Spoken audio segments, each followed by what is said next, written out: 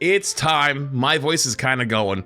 I was gonna take today off, but then I decided not to. So here I am, deciding to do something so incredibly stupid that I'm like, why am I doing this today? But the show must go on and chat wants it really bad. They want a perk tier list. There's a goddamn lot of them. And I don't know all of them by name, like by numbers. So I'm gonna have to be looking stuff up like 60% of the time as we go through this. So here we are with the official first perks tier list in Overwatch 2. We're gonna be flipping between the two of these a lot. All right, first one up, we have all of D.Va's perks, which are Bunny Stomp. Bunny Stomp is this one that calls mech's damage radius is increased by 50%. I don't even choose that one very often. Split screen, I don't think split screen will be that great for it. I think it'll probably be a pain in the ass. Also, I will zoom in a little. I don't think Bunny Stomp is that crazy. It doesn't really add a whole lot. Also, I'm gonna add an F tier. There's a page that has all the perks together. Oh my god, there's so many ads that are loading on the screen. Dude, I don't even mind when normal ads pop up. It's the 19 small ones that piss me off. So yeah, this is for the Bunny Stomp, call mech's damage radius increased by 50%. I don't think it's really like anything crazy. You're very rarely gonna get remech kills.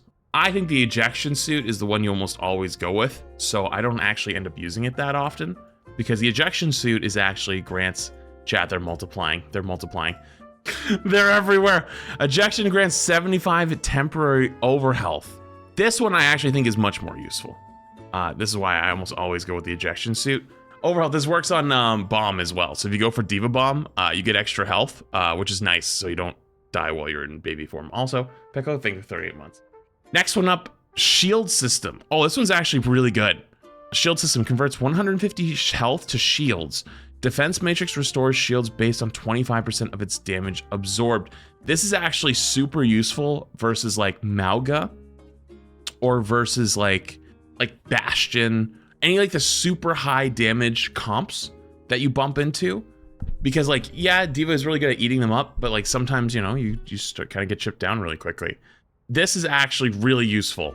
I'm gonna actually throw this in a solid A. Really good perk. The other one is also really good. The micro missiles are swapped for heavy rockets, which fire fewer projectiles with increased damage and explosion size. That is so good at blowing up tanks. That's an also easy A for me as well.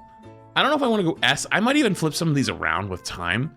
Like when I think of S, I think of one of Tracer's perks, but heavy rockets is so good that I actually would consider putting it as an S tier. But I want to get deeper into this just because there's so many perks, and this is the first time I've done one like this, so you're gonna have to bear with me. Okay. Next up, Doomfist. 1 and 2. Hitting an enemy with rocket punch reloads all hand cannon ammo. This one's pretty good. I don't know if it's the one I always choose though. The other one is what? The hitting 3 or more enemies was, oh no, that's the other one. The best defense grants 25 overhealth from eliminations, and its max overhealth is increased by 50. That's the one I typically choose, but it's still really good.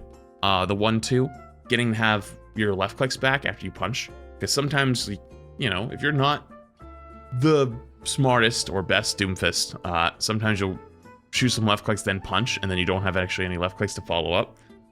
So this actually works really, really well. As well as the other one for the best defense. This one's the good Doomfist player perk, 25 overhealth from eliminations, and its max overhealth is increased by 50. But for people like me who are not the best Doomfist players, I think this one's probably slightly better. But like the really, really good Doomfist players almost always choose this one. I even might want to put it up one. Nah, I think they're both valuable. I think they're both very, very valuable. This one may be slightly better, but I don't want to put this one in C. I'm gonna leave it like that for now. We'll keep moving. This is gonna be such a big list that eventually like the margins will probably come together. For major perks, hitting 3 or more enemies with seismic slam empowers rocket punch. That is this, the seismic empowerment, and the other perk is power block absorbs projectiles for the first second of its duration. Both of these perks are pretty damn good. This one also counts towards your block like upgrade. So like for your empowerment punch, but you can eat things like grav, which is kind of sick. So personally, I think both are really, really good. If I had to say which one's better, though, I think the Power Matrix is probably better. I think Power Matrix is insane. Just being able to eat like all damage basically for 1 second, as well as like big ultimates like Grav is just super, super powerful.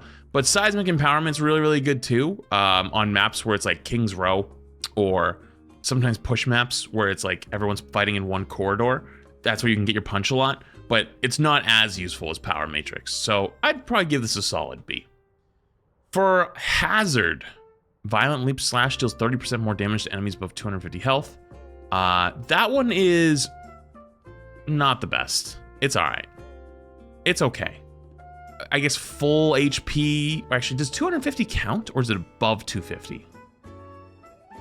30% damage enemies above 250 health. I actually don't know if 250 counts. I'm actually unsure. To chat, does anyone know off the top of their head if it counts 250 or is it only above 250? It doesn't?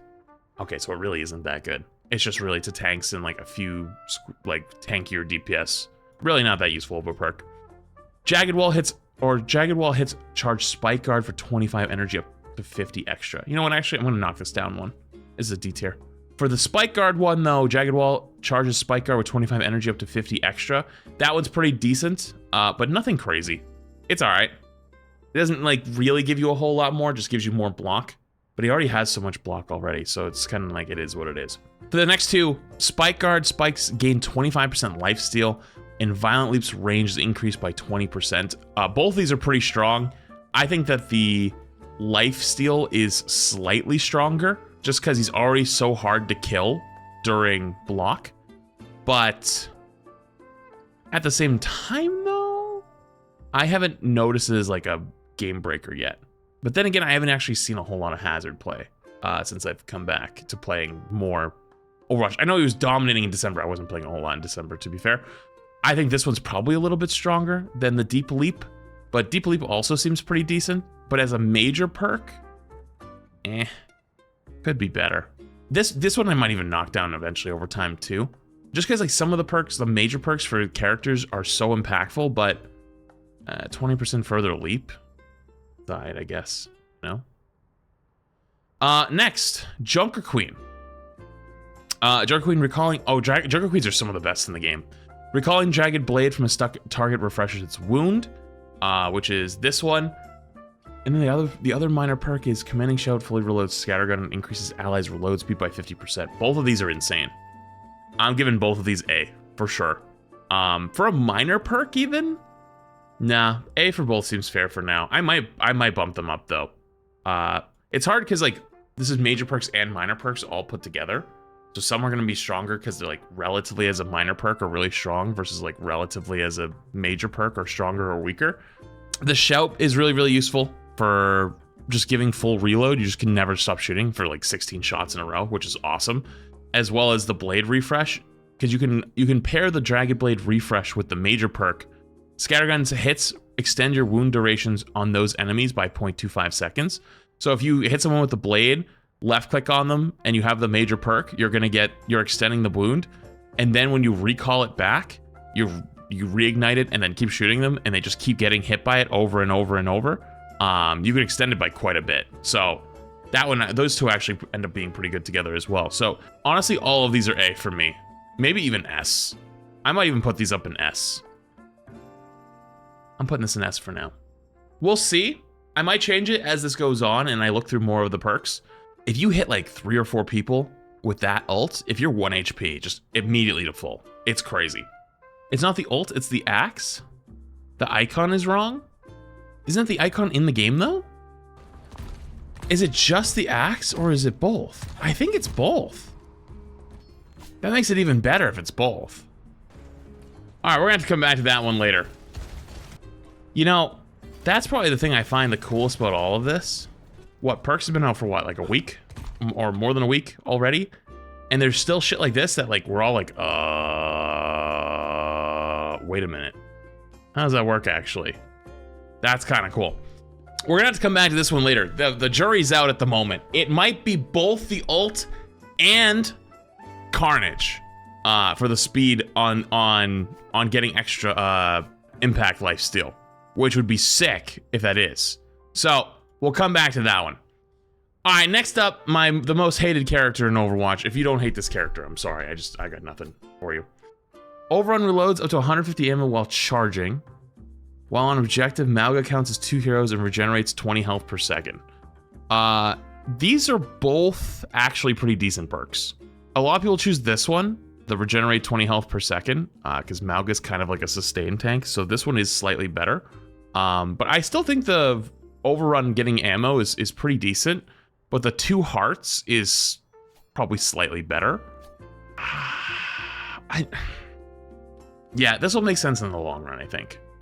Even though, like, I don't think 2 hearts is as good as, say, Power Block Matrix. It's all going to be relative in the end. Yeah, we'll go from there. And then the 2 major perks for Mauga. Firewalker. Overrun ignites enemies' hits. And Combat Fuel. Critical hits grant Mauga 2 temporary overhealth on Cardiac Overdrive is next use, up to 100 overhealth. So basically, as you do damage with like both your guns while you're shooting the other tank or whatever it is, you get a button to give yourself another extra overhealth, another 100 extra overhealth on your Cardiac Overdrive, which is kind of insane. So this one ends up being better, at least in my opinion, the Combat Fuel, but Overrun ignites enemies is also still actually really good. So I think Firewalker is like a solid B. It's good. But Combat Fuel is probably more like close to like an A. Like these 2 are okay, but these 2 are definitely better. And if it's map dependent, yeah, it is kind of map dependent probably. Although actually this one I think it's not as map dependent. It's actually probably more matchup dependent, right? Like if you're playing against another Mauga, you're playing against a Hog, you're playing against an Orisa, you're playing against maybe an Orion sometimes, or a Ramattra. Ramattra would make more sense. This one's probably better. But if you're playing against someone like Dive or Doomfist and stuff, then the Overrun Ignites actually might be better. Orisa. I can't believe I'm going to say this out loud. I think the Orisa perks are my favorite in the game. I think they made Orisa actually somewhat interesting. I never thought I'd say that. Listen, it kind of makes sense what they did. Let's be honest. Orisa's annoying to play against. But if you took Overwatch 2's Orisa versus Overwatch 1's Orisa. Overwatch 1's Orisa, even though it was more powerful with double shield comps, you at least knew what you were getting yourself into. You knew that you were getting yourself into a situation where if you broke the shield, she had Fortify. And then once the Fortify was gone, there was another shield. And that shield breaks, she's cooked. Overwatch 2 Orisa, you never know what the f to expect. Because Spin is on such a small cooldown, and the health pool is so much bigger, and Fortify is so insane. Plus, like, where you were getting, like, you just non-stop shoot, especially when Fortify was up. And then if you get close to her thinking that she's killable, you get speared into a wall and explode. I like that they brought the shield back. I kind of like the shield playstyle better than the running around chasing people down with the spin. I think that it's just shit. It's just... The spin version makes it so that like it's the same Orisa that like exists in the Ramattra category, in the Rein category, the Mauga category, like the brawl tanks. It just sucks. Orisa's either oppressive as an brawl tank or shit as a brawl tank. There's never in between, right? And so by putting power back into having a shield again, you can play more of the bunker play style. I think it's great, to be honest with you. And for her perks, you have the critical hits from your primary fire refund heat, or Fortify briefly grants an additional 100% decaying over health. This isn't even close. This is easily an A, if not an S tier minor perk. For a minor perk, actually, oh sorry, I'm on the wrong one. Fleeting Bulwark. This actually I think is an S tier minor perk. And the reason why this is S tier more than anything is one, it just gives you 100 overhealth, which is insane. And the other one's just so bad. Like, it's just so shit. Honestly, I'm putting it in F. There's no reason to ever pick this perk. Charged Javelin is cool. However, I like the shield more. But I will say the Charged Javelin, pretty damn good. I'm gonna give it an A. But the Projected Barrier, I'm gonna give it an S. I'm gonna give it an S. I think the Protective Barrier blends old Orisa's playstyle with new Orisa's playstyle, and it gives you the ability to either play old Orisa or new Orisa. Just admit you can't aim, and that's why you put it in F. The only reason you should ever run this is if you are a aim-locking cheater. There's legitimately no other reason. You will never get enough shots. I don't care who the f you think you are. It will literally never happen. I promise you, if you and I bump into a game, and it's an evenly matched game, and you pick this perk, and I pick this perk, I beat you every time. Not even close. There is no world where it ends up being worth it for you. It will not happen. Anyways. All right, Ramattra. You know, Ramattra I feel like is just kind of like left out in the cold 95% of the time. Is it just me? Void Accelerator periodically releases a burst of 6 additional projectiles, or Void Barrier's duration is increased by 25%. I don't think this one's even close. I think this one, again, is one of those situations where the left click is just so much better than the barrier, the extra barrier time. But it's not like insane, right? Like if you happen to catch someone with a headshot right when it goes off, oh, it does great damage. But the thing is though, it's hard to know, it's hard to time it, right? Because like Ramattra's left click is projectile, right? And projectile tracking at range is already kind of difficult to do. And to headshot tracking projectile range on a timer that it's like, it's not like, yeah, you can keep an internal timer, but it's not like pressing a button. It's not like left click, boom, and then you hit them, right? It's more of like you have to hold left click and then after a couple seconds, boom, then it comes out, right? The barrier one isn't really that impactful, to be honest with you. I don't think. And then for his 2 major perks, Ramattra is healed for 50 health per second while within Ravenous Vortex, or while Ravenous Vortex is airborne, use the E again to detonate it, dealing 50 damage and pulling enemies downward. This actually can be useful against flyers. I haven't really had too many opportunities to use it. Sorry, the Vengeful Vortex one is. I haven't had any opportunities to truly use it, but it's cool. It's cool. It gives a new depth to the playstyle, which I'm a fan of. But at least personally, I think this one's better. I think the repair is slightly better. But I don't know if I think it's better to the point of like putting it a tier up. I think they're pretty similar. Like when you actually get to use this one on certain situations, it's very useful, but it's rare. This one just consistently is slightly more useful from game to game, but it's not that insane. Does that make sense? You can just detonate it on the ground and get extra damage. That is true, but you could also just put the repair one at your feet and give yourself healing while also doing damage. So like your own sustain would also be good. I think they're both good perks, just different in the way they're used, and I personally probably favor this one more. All right, Rein perks. Rein perks are interesting because I actually think that they have such different use cases. So for example, for Reins, while using Barrier Field, your passive health regeneration triggers 50% sooner, which in those situations where you're just kind of like holding shield and backing away will be nice.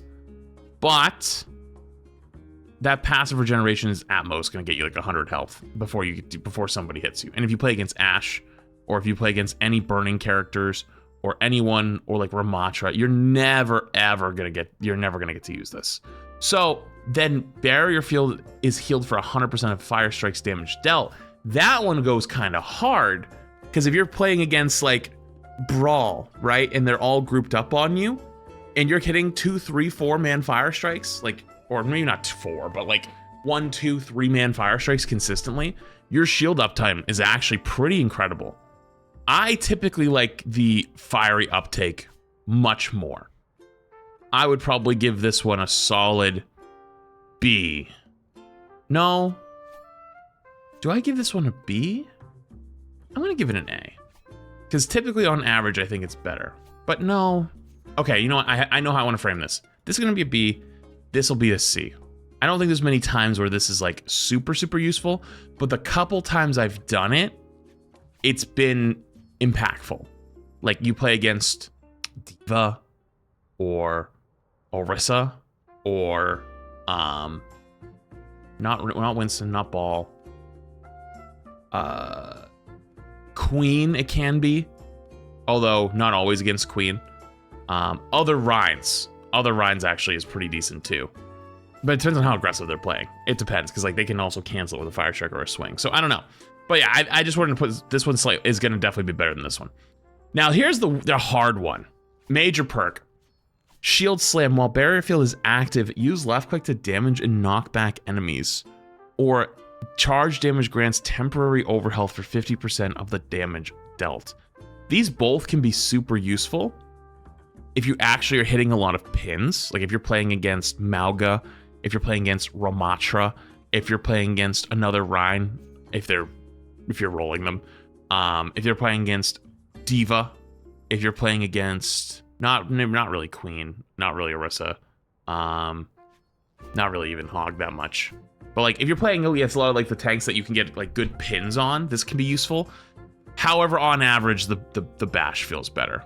I actually won a game literally off of this my first day, where I was 50 HP in a corner hiding, about to die, and there was somebody running at me, and I couldn't drop my shield, and I had my perk come online literally as they were running at me, and like they're all running at me to kill me, and I popped the perk, bashed, killed him right there on the spot. So the first person who was running up to me dies, and it bought just enough time for me to get healed and survive.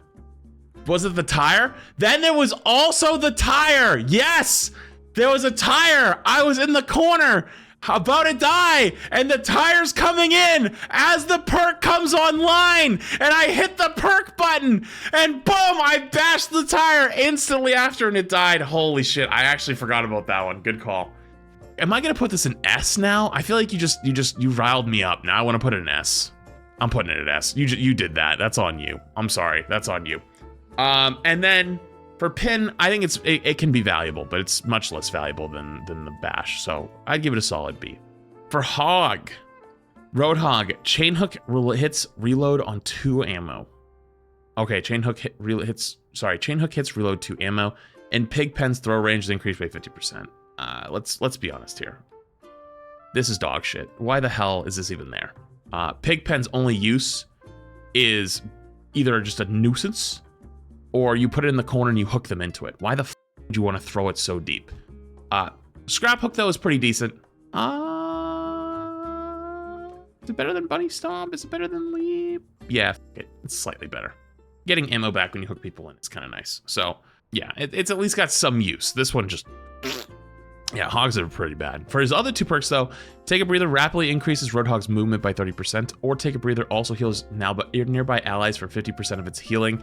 I'm gonna be honest with you, I have not seen good use out of Hog almost at all yet on either of these.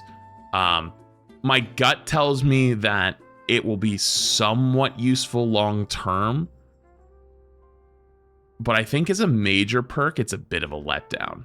So I'd probably throw both of these in the C tier for now. They don't really bring that much. If anything, the hydrogen exposure could be better or could be worse depending on game to game.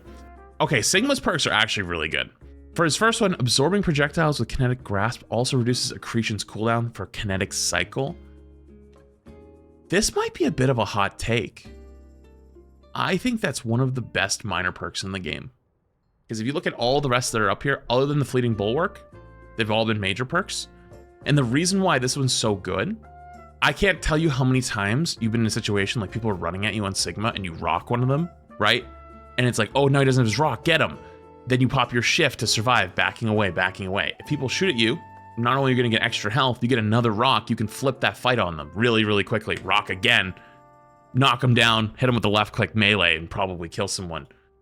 It's really, really useful. And even the other minor perk, Accretion's knockdown duration is increased up to 3 seconds based on travel distance for massive impact. This is how Rock used to work when it was first released. Actually, I don't know if it was when it first released or the first change they made to it. Basically, Sigma's Rock would stun you for 3 seconds. I think it was this version that first was around, but it might have been the second version. The reason why this isn't as useful, even though it's cool,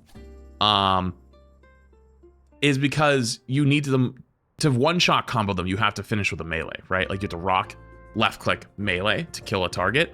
So if they're far away, you're probably not hitting the melee, and so they're probably going to get saved, or you're just not going to be able to hit them, depending on how far away they are. So even though it's cool, you can't follow up on it a lot of times, so it just ends up not being as useful. It's a good perk. This one's just so much better. For major perks, Hyper Strike. Every 5 direct hits with Hyperspheres, your next successful quick melee levitates and knocks enemies away. I personally don't think this is that great of a perk, but I've seen some good use on it. I had a Sigma do that to me when I was playing Rein, and they would save their strike for whenever I got close, and then they would just punch me away, and I would slowly levitate away for a few seconds. And it was actually kind of annoying. So I think it has some use. But the better superior perk, and it's not even close, is activate and hold double jump to levitate briefly upwards. That's an easy A tier. Much better. Not even close. The levitation adds the ability for Sigma to take high ground. You know what's really useful? King's Row Third. King's Row Third is actually disgusting versus Sigma now. Because like before you could just fight high ground and like kind of push them out, you know? Now you can't. What do? He can control high ground and he can control low ground. So it's a lot.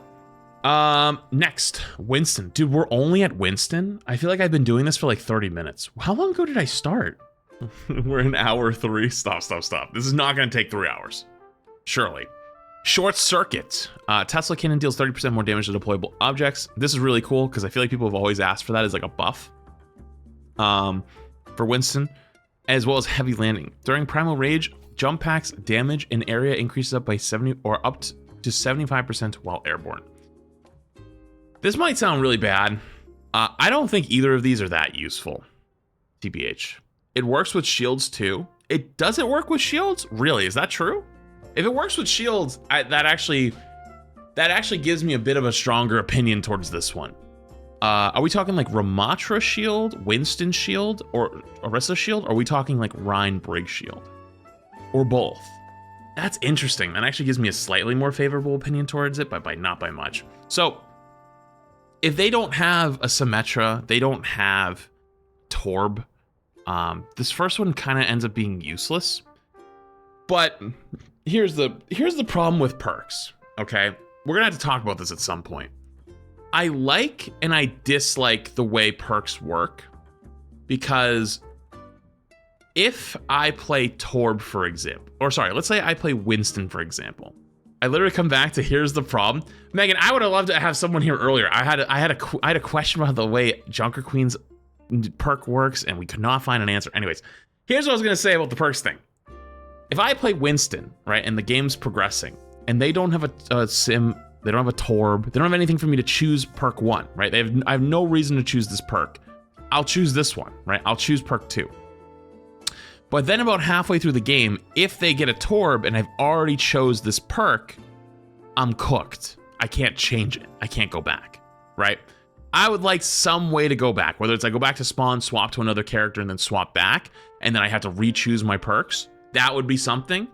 That's the mind game. Yeah, but is that really a good thing? Is that a really good mind game? I don't know if it is.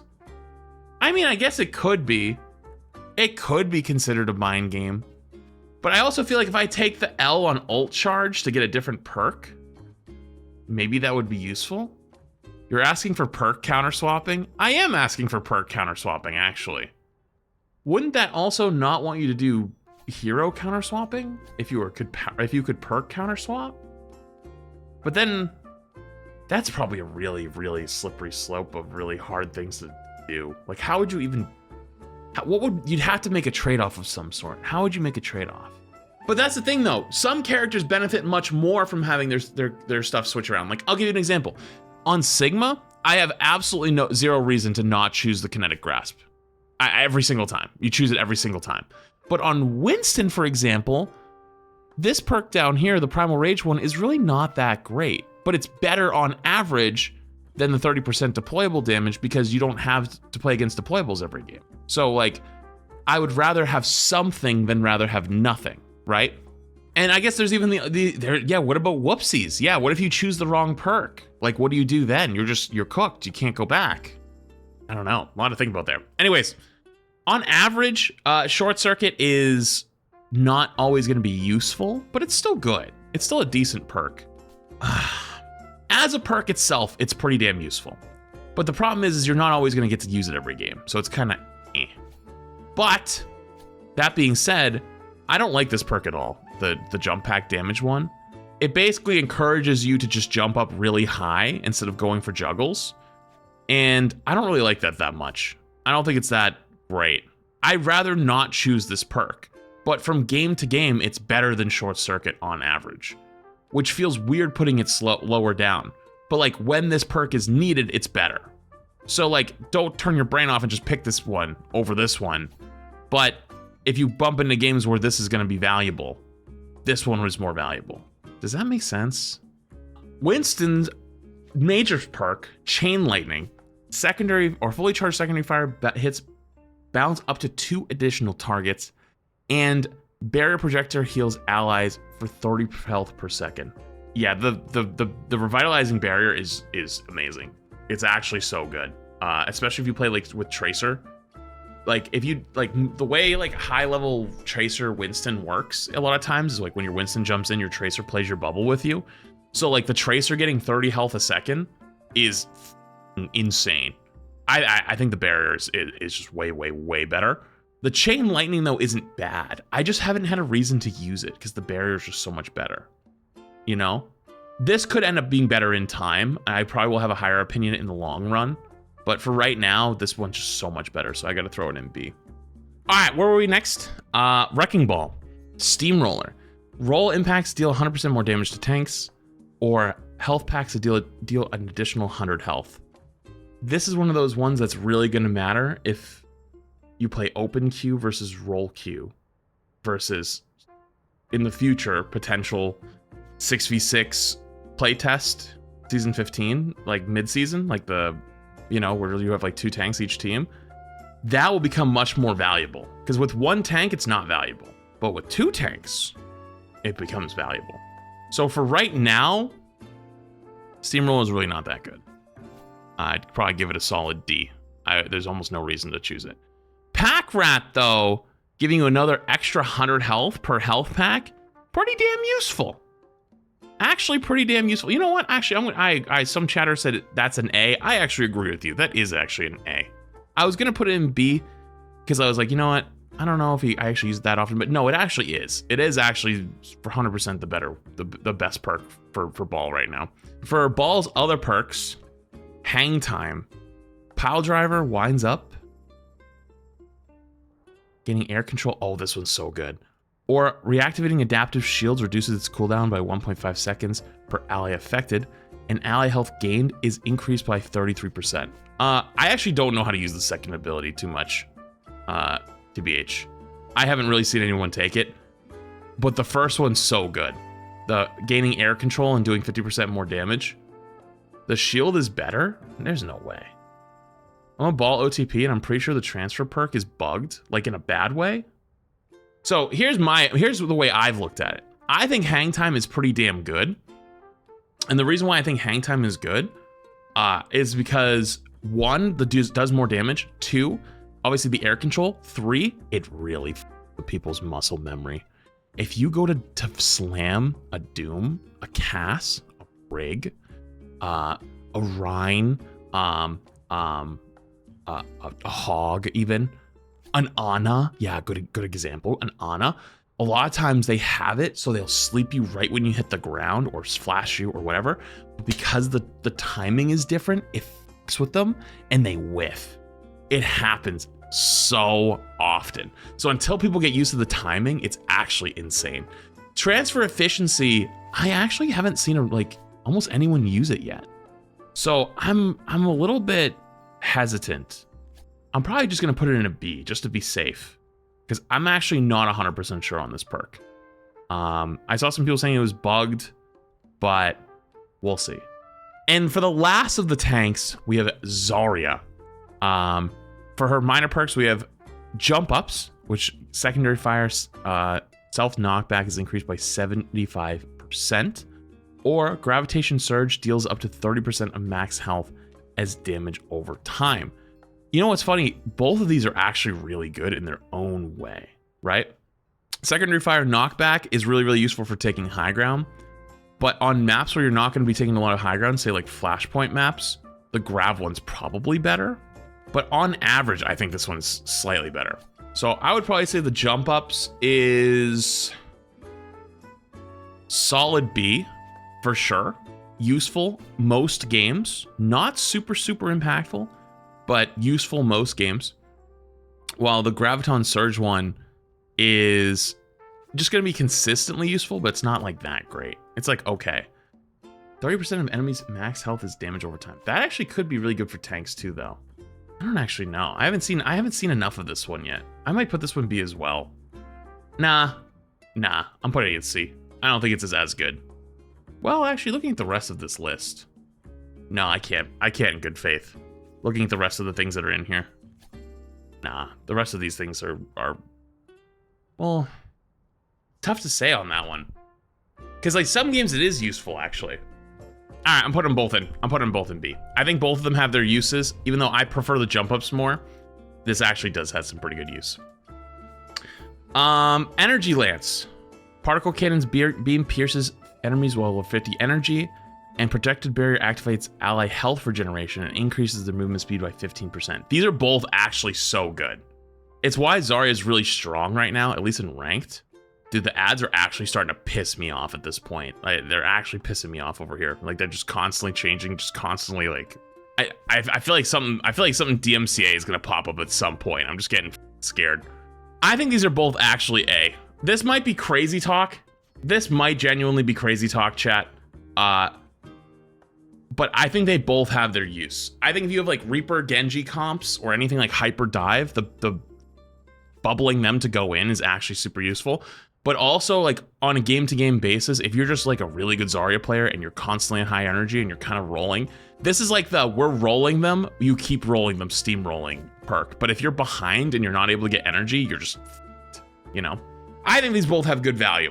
All right, this is literally just the tanks so far, and I think it's already been 40 minutes or more, so this is going to be fun. All right, that took forever, and now we're finally on to DPS. So first up, for DPS, we have Ashe, whose two minor perks are Rapid Fire. Unscoped shots gain 30% increased attack speed but deal 15% less damage. Or Viper's Sting, hitting 2 consecutive scope shots on a... Wait, no, that's not the minor perk. It's this one. Oh yeah, it is. Okay. Or Coach Gun pushes Ashe's enemies 20% further. I personally like Sidewinder more. I think... All right. We're going straight from the heart. Rapid Fire, don't think it's that useful. A lot of times on Ashe, like you're just gonna end up dumping what you got left for ammo, and it's just kind of dumb. A lot of times, but Sidewinder has some pretty good use. Being able to knock enemies back a little bit further, and also yourself, you go so high. Like if you try to like shift yourself up out of a fight, you go so high. So I like the Sidewinder a lot. Viper's Sting. Hitting 2 consecutive scope shots. Actually, you know what? Hang on. You know what? No. Okay, this is actually a fair rating. 2 consecutive scope shots on a target deals 25 extra damage and reloads 2 ammo. Or Dynamite has a 40% increased detonation radius while airborne and refunds 3 ammo when thrown. I personally like Airburst more. I feel like it's better for building ult charge and also just like keeping your ammo count high. But the other one's not bad either. But personally, I'm gonna give you what I think is better. I think Airburst is more useful. Actually, I don't even think it's that useful though, to be fair. Nah, you know what? Let's actually do the way I legitimately think on this one. I think that Airburst, even though it's useful, it's not like that crazy. It's not that crazy. Like some of these ones up here are almost game-changing. Orisa's game-changing. D.Va can be game-changing. Sigma's can be game-changing. Winston can be game-changing. Ashe, I don't feel like does that much to her. Other than the extra ammo and melee, just makes like, because if you're already good with your dynamites anyways, it's not going to be like that big of a difference. You'll just get more of the team if they're grouped up, if that makes sense. All right, Bastion. All right, Bastion's is busted. This is where you guys are going to learn about some broken stuff, I think. So for his minor perks, you have A36 tactical grenades, self knockbacks increased by 25% and no longer self damages you, or configuration artillery grants 300% temporary overhealth. Traditionally, Smart Bomb is way better. Being able to rocket jump yourself around, not actually take self damage, super good.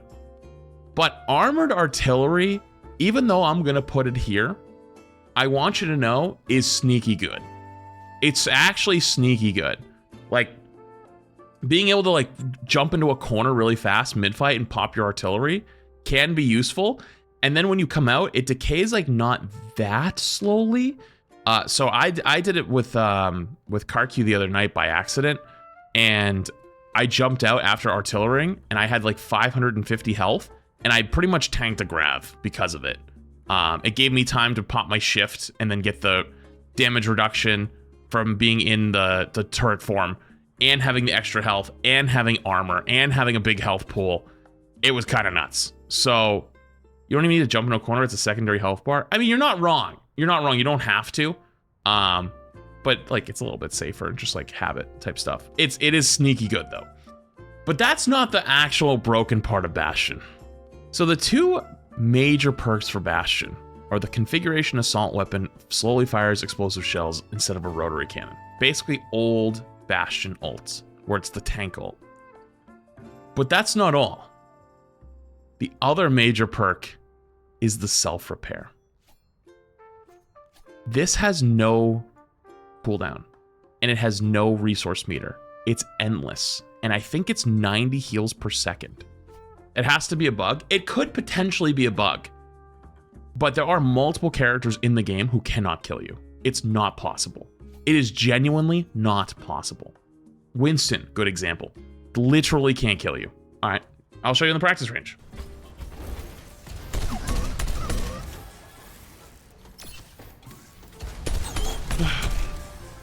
So, what are you guys up to? And that's not all.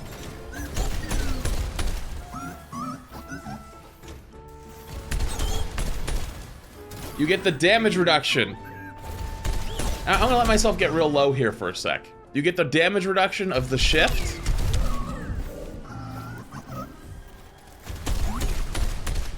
And it has no cooldown. It has no resource meter. I could do this all day. That is so incredibly broken. It'll probably be changed at some point. But because it hasn't been changed yet, I have to assume... Wait, I linked your self-heal clip? Wait, where did you link it? I'm just getting jumped by a Venture. There's just nothing, they can't do anything. Juno's literally 1 HP. So they're on me, I'm like, you can't see my health meter because it's short, but I'm like half HP at the start, I'm scared, I'm running around in circles, I'm literally full HP now. I'm full HP the entire time, there's just nothing they could do. So, yeah, because of that, I have to give that an S tier. It's not even close. It's so broken. Like this should honestly get its own tier above everything else. Lindholm explosives, I think, can also be really, really good. But for right now, this is just so far and above, beyond broken, that I have to put it up there. Next up, we got Cassidy's perks. Cassidy's perks are actually really good. I like them a lot. I think they're fun. For the two minor perks, we got Deadeye refunds 30% ult charge if it fully expires. Let's be honest with ourselves. That's pretty shit. Wait, no, sorry, wrong one. And then there's the really cool one. Fan the hammer shots are individually controlled and can crit for 50% more damage. This one is great. I love this one. And I love this one specifically because you can actually bind right click or mouse 2 to scroll wheel. And you can bind it on both up and down. So if you don't have like one of those mice that has like the unlatched or disconnected scroll wheel that can just go forever, it might be good for you to do it for both up and down like I do. Boom. See, I have Cass, and then you'll see my secondary fire is tied to both mouse up and mouse down on the scroll wheel, and it allows me to just do like this. It just looks like normal right click. I'm really feeling it. Same speed. Because if you just do down, sometimes it's a little jumpy. Or if you just only have it on right click, like you have to spam the button. But if you do both rolls, you don't know when to quit.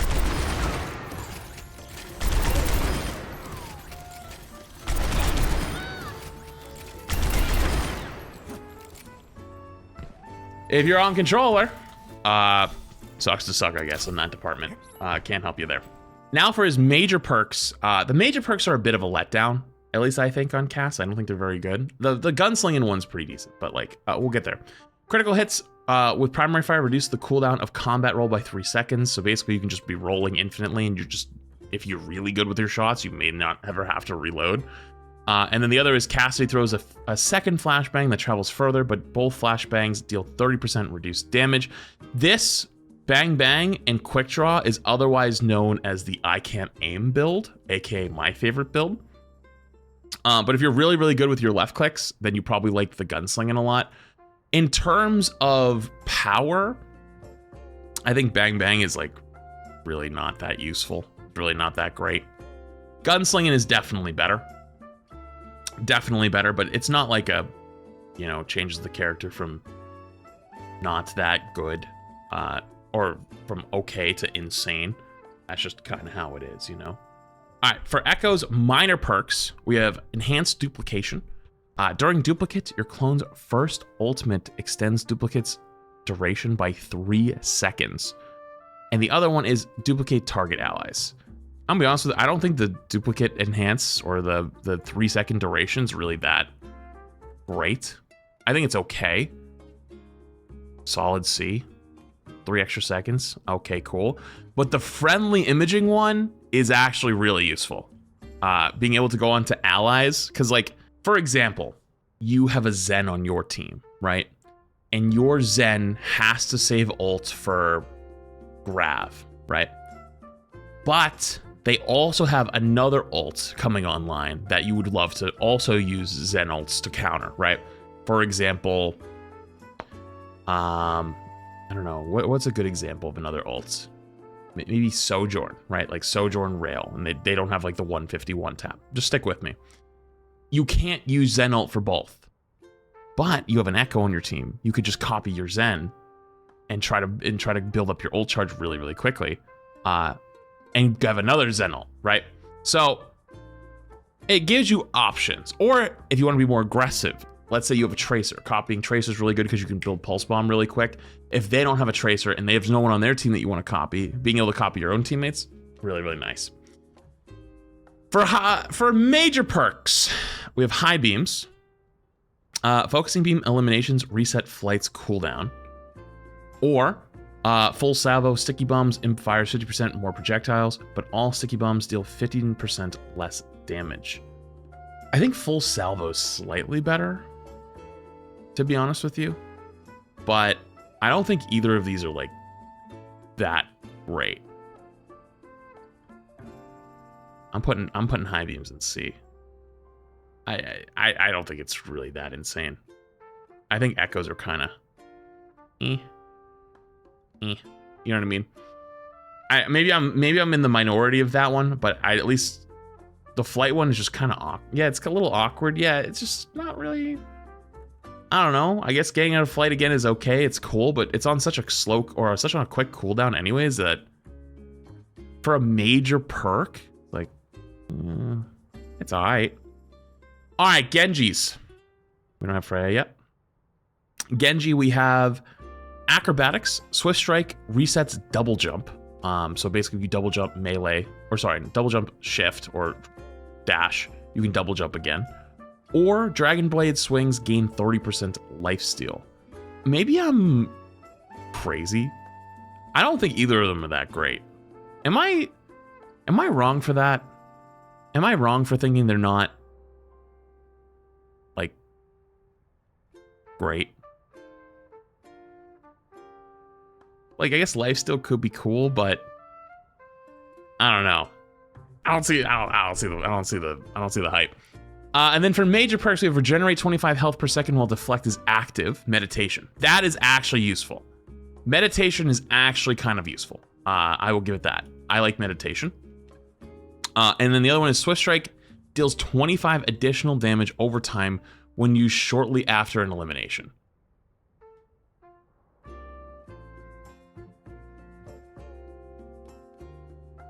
Maybe I'm wrong for this. Maybe there's some insane Genji player out there that's going to tell me no flats. It's actually very useful because it helps you get in the limb and it changes like a break point or something.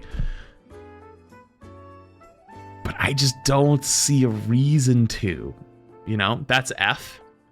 You know what? I'm with you, actually. I'm putting it an F.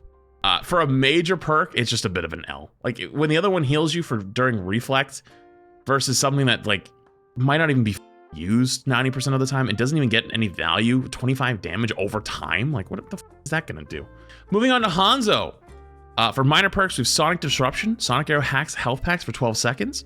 Or Storm Arrow splits into 3 new projectiles on their first ricochet and bounce 2 extra times. So basically, pseudo Storm Arrow, or sorry, yeah, pseudo Scatter Arrow or health pack hack. I think the health pack hack is actually low-key useful. I think it's low-key useful. The Storm Arrow one, though, I don't think it's that great. I haven't seen enough of it to like super be on board for it yet. I'm gonna throw it in C for now, but I could easily knock it down a little bit. I don't think it's anything great.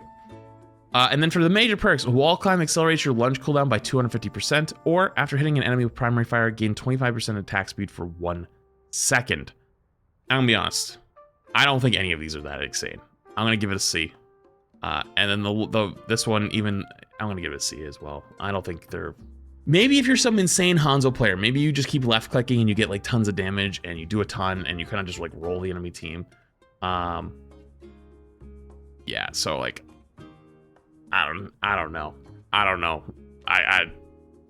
don't feel like it's that great, TBH. So, okay, Junkrat. Minor perks. Illuminating Frame. Steel Trap's throw range is increased by 50%. Or during Riptire, left shift to gain a boost of speed, reducing damage or Riptire's damage by 50%. This might be crazy. I think this is slept on. Actually really hard. Pigpen makes no sense because like it's not gonna do much. Trap though does a good amount of damage, and that hard lock CC. I don't know why you guys are all question marking so hard. I want you to do me a favor. I want you, the next time you get to play some Junkrat, pick this and just start hucking them deep. They won't see it coming. They will not see it coming. And you know what the best part is? If you have an idea of where that trap is, and the second you hear it go off, you will kill them most of the time. The Boger clip, I think I've seen the Boger clip. Are you talking about the one where he's like playing on push and he just keeps throwing it really, really deep and they just keep walking into it over and over? Yeah. People haven't learned to play against it yet. It gets crazy value. Crazy value. Nitro Boost Tire, I think is going to lose value over time. Right now, I think it's actually really cool and really insane, but I think with time, this is going to fall off a cliff. No one can hit the tire with the boost. You can get backline so easy. Well, yeah, I mean, right now, yeah. But I think with time, though, as people learn how to play against it, the big tire damage might be more useful because it goes from potentially killing 2 or 3 people with one to killing only one, but it's almost a guaranteed one. Even though I'm putting this here now, I think in like a month, this could easily drop here. Easily to B, or even C. But for right now, it's hard to ignore that it gets some value. And then for major perks, Frag Launcher's projectile speeds increased by 40%, but its max ammo is reduced by 1. Or Concussive Mine arms 0.5 seconds after landing, increasing damage by 50%, explosion damage by 50%, and health by 200%. I think both of these are actually pretty decent, but they're not insane. The Frag Cannon one is, in my opinion, probably slightly better, but the ammo loss sucks. That actually hurts a lot. So TikTok is actually really good as well. So I think they're both good. I don't know which one's better yet. I've seen both be used pretty well, but I have a stronger take on the trap. So also, I just want to say a lot of this list is probably going to change within the next month or two. So yeah, that's just the way this is going to go. Like, look at how many perks there are. We're like halfway through the list. Holy shit. We'll do another 4-hour tier list in a month. Okay, dude. All right, for Mei, Primary Fire's range is increased by 30% for the Chilling Reach, or Ice Wall's duration and cooldown are increased by 2 seconds. This is useless, Biting Cold. This shit is borderline useless. There's no like this is 30%. Like okay, it's not much. Cryo Storm though, bro. The Ice Wall duration is actually crazy. It's actually in. Wait, did I do the wrong one? Oh no, I did. Wait, what? Biting Cold. Wait, did I? Oh, I did. Wait, are they out of order? Oh, this ones are out of order for some reason. Oh, my bad. My apologies. I didn't realize that they changed around the majors and minors for Mei. I wasn't paying attention to that. And then Permafrost, which is the minor for it, is insane. If you haven't seen the Mei stalls you can do, oh goodness. And I think the other perk is for the wall strength, right? Oh no, it's the what's it called? The cryo freeze. The cryo freeze one. The cryo freeze slows and deals 70 damage per second to nearby enemies, or secondary fire slows enemies by 15% for 1.5 seconds, stacking up to 30%. Cryo storm, like the Mei freeze around them, plus the wall, dude. This shit goes hard. Where'd I put it? Here it is. This shit goes hard. This build, the wall plus the Mei freeze thing, oh my goodness. It is gross. It is actually gross, the things you can do. I have almost seen nobody use the Biting Cold. Secondary fire slows enemies by 15%. I haven't seen almost anyone use that. So, I'm gonna put it down here. Sorry. Does the freeze go through her wall like her ult does? It's not a very big radius. It might. Interesting. That's a good... I actually don't know the answer to that one. Pharah. For minor perks, we have dual or drift thrusters. Pharah can move while barrage is active, or Helix shields convert 75 health into shields. I might be out of my element here, but I think the Pharah moving during ult is so much better than just 75 shields. 75 shields can be useful, like if you just want to like take poke and then have the ability to go back up. But if I'm completely honest with you, I don't think like I've seen that much usage of it yet. So I'm gonna probably throw it in a C. This over time will probably get more value, just because people will learn how to play around the shields. Like just like when Ball got his changes to have shield over just health. It's such a small amount of shields that I think just being able to move during barrage is just much more valuable. So we'll see in the long run, but that's where that's my current thought. For major perks, we have Concussive Blast knockback is inverted to pull in, which can be nice because you can Concussive Blast and then left click immediately and then do some pretty big damage on someone. Or Jet Dash grants 50% fuel. Maximum overfuel is increased by 100%. So you just get like a huge bar of fuel. I've seen both get used.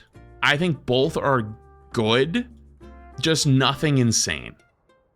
Both are good, but nothing insane. The concussion mine can be great, though I do kind of think that losing the ability to boot people away is like a unfortunate trade-off. But then the fuel stores is also good, but it's just extra fuel. And if you're good with your fuel, it's not that big of a difference anyway. So they have use. They have use. Pull plus ult is easily S tier. Do you really need to pull them in to hit your ult on Pharah? Like, to be honest, because like if you're that close to them, you're probably hitting them anyways. No, like if you're getting a 5-man with it, it's like I feel like I'd rather want to just delete somebody and keep moving and survive, you know? I mean, I guess, but also at the same time, the fuels is kind of nice too. So, I don't know. All right, on to Reaper. Death Shadow. Shadow Step reloads Hellfire shotguns and has 25% increased range, or Soul Globes. Collect Soul Globes from dead enemies to restore 50 health. So this is a way Reaper used to work way back when. Both are okay. I think I like the Soul Globes more. Death Shadow is probably like more like a C, while Soul Reaving is probably more like a B. Because you only get the benefit if you get kills, which is nice. or sorry, which isn't as nice as say like Death Shadow, which you just get the instant reload and also TP further. But Soul Reaving, in those fights where you get a kill and then you pop your shift and float around a little bit and do your best, be all right. The Shadow Step thing is useless. I don't think it's completely useless. Like, think about times where you want to TP in behind someone or TP in behind their team and you have to walk up a bit to make that TP. You won't have to do that. So it gives you a little bit more range, and that can be pretty useful. The TP is actually an underrated part of his kit, at least I think.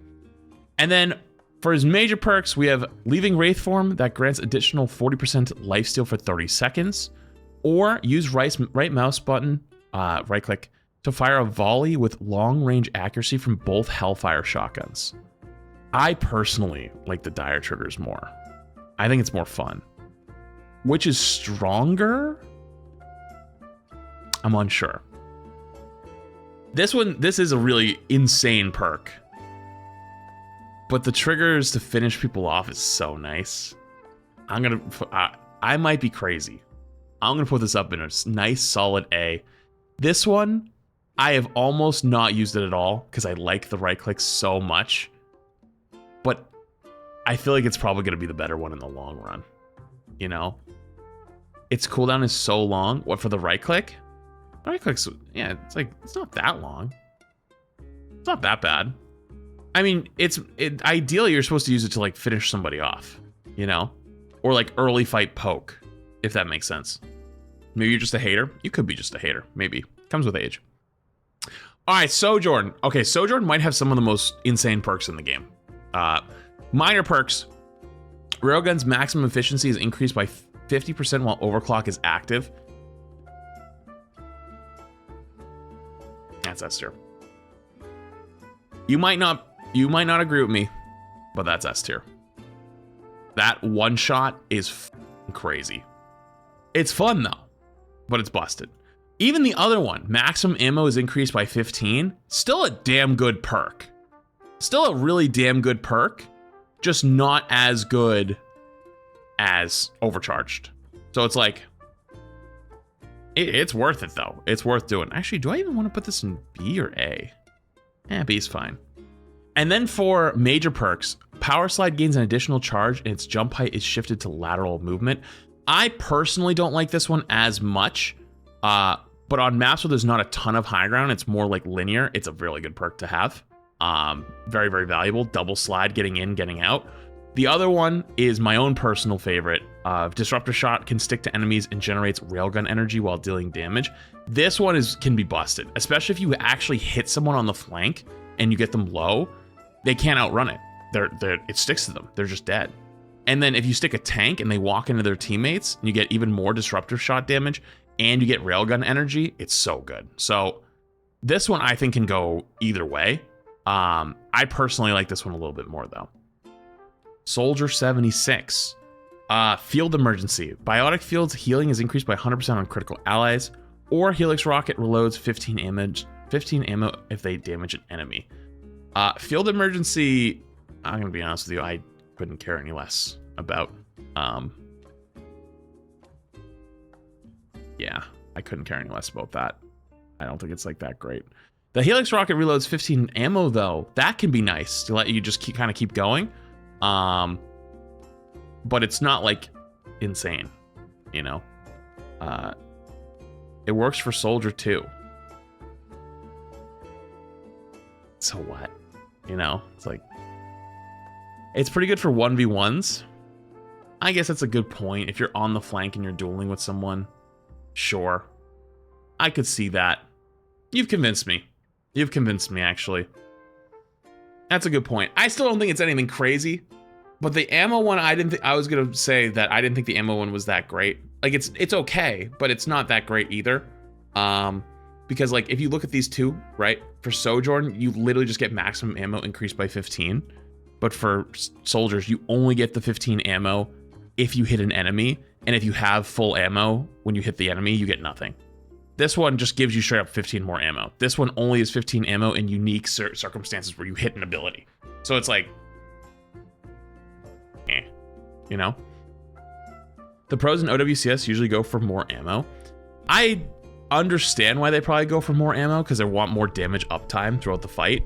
That actually does make a lot of sense why they would go for that perk, but still, I still think that the average ranked experience, oh my god, it's insane having those one shots like crazy.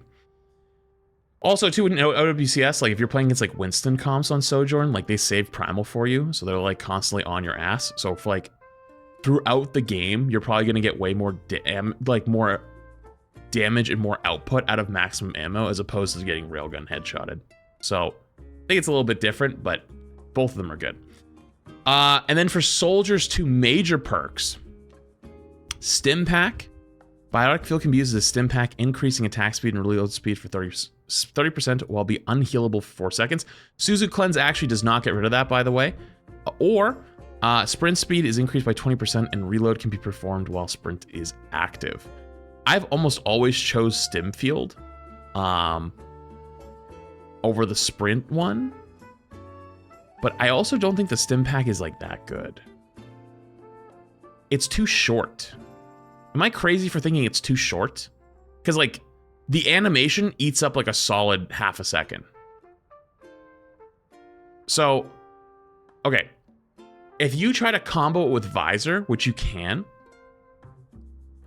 you end up eating up this like a half a second for the stim and then the half a second for the ult, like popping the ult. And so you lose like a whole second, or you ult on soldier first, then pop the stim, and that gives them time to run. So like it ends up not being as good because it gives them a couple seconds to actually hide before you start really putting out damage. You can do animation cancel. Can you animation cancel the stim pack? Take the practice range? Because I might think it's better then. So you guys said that you can cancel it with your rocket? Nope. I right-clicked immediately, and it did not do it.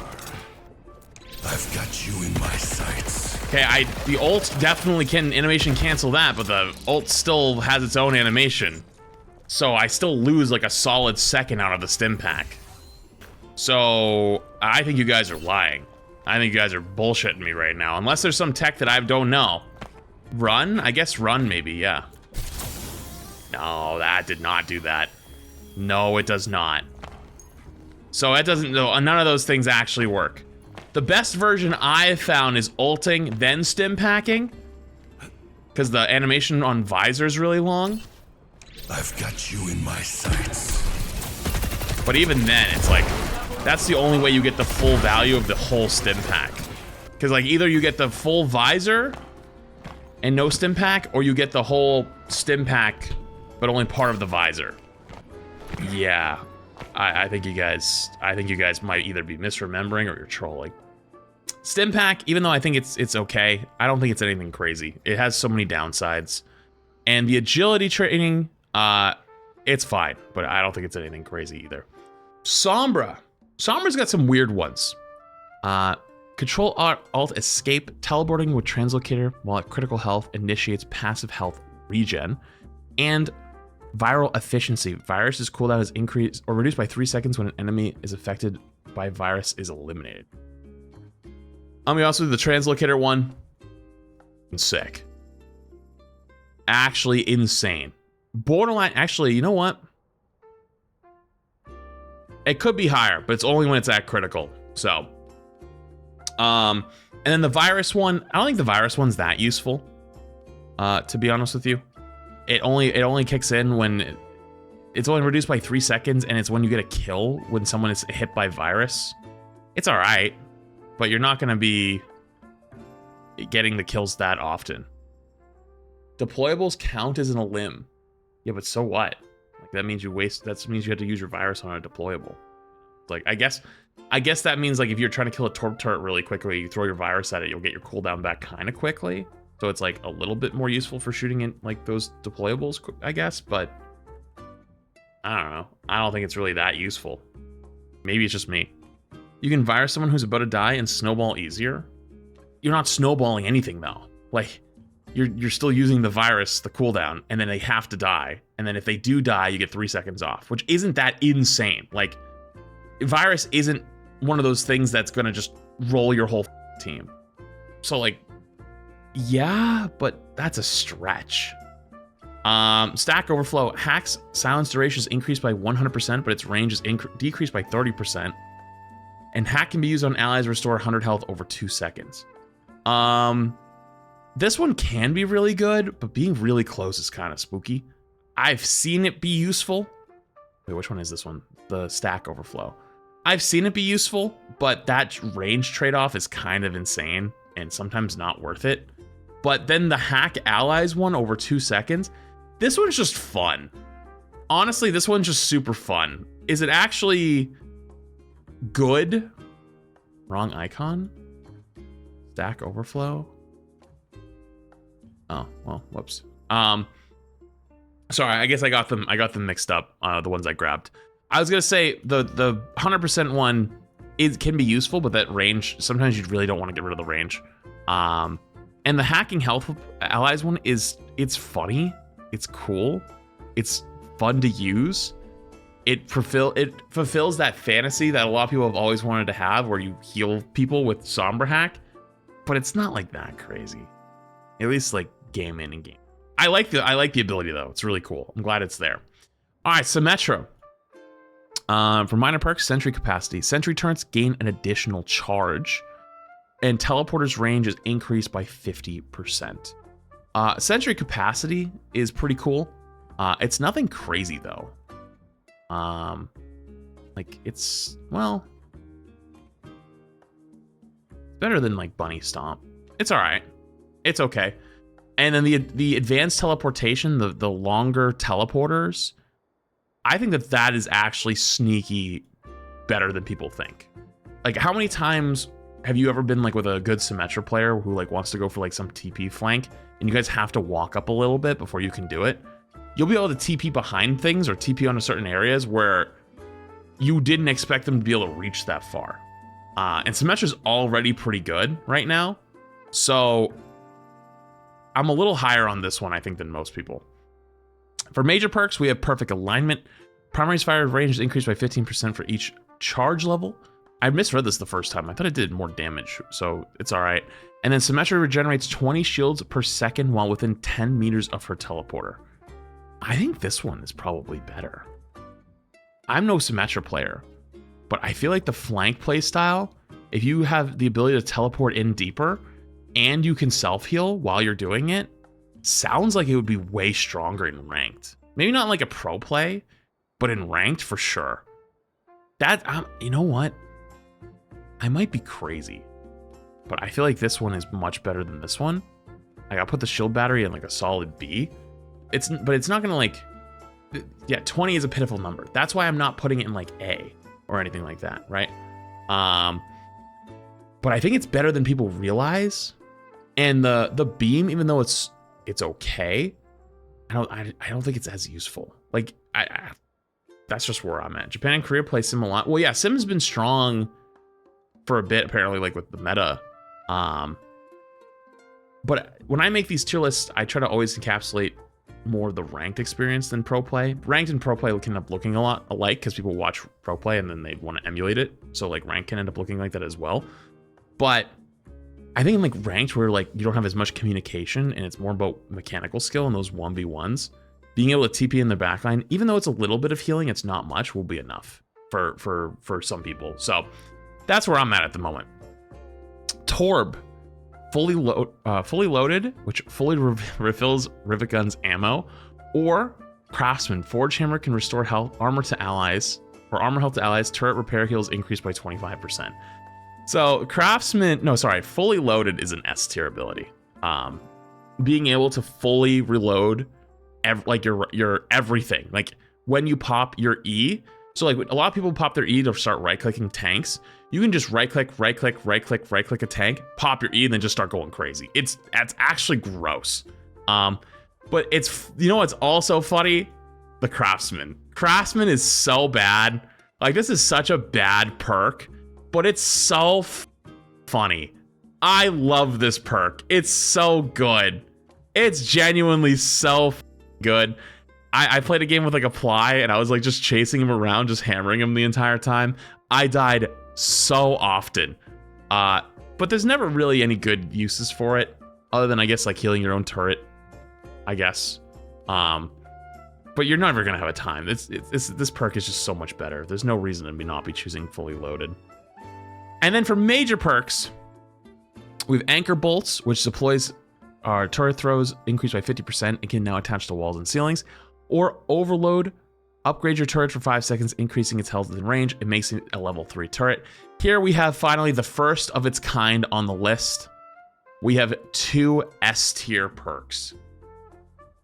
We have S tier for both perks for Torb. Both of them are insane.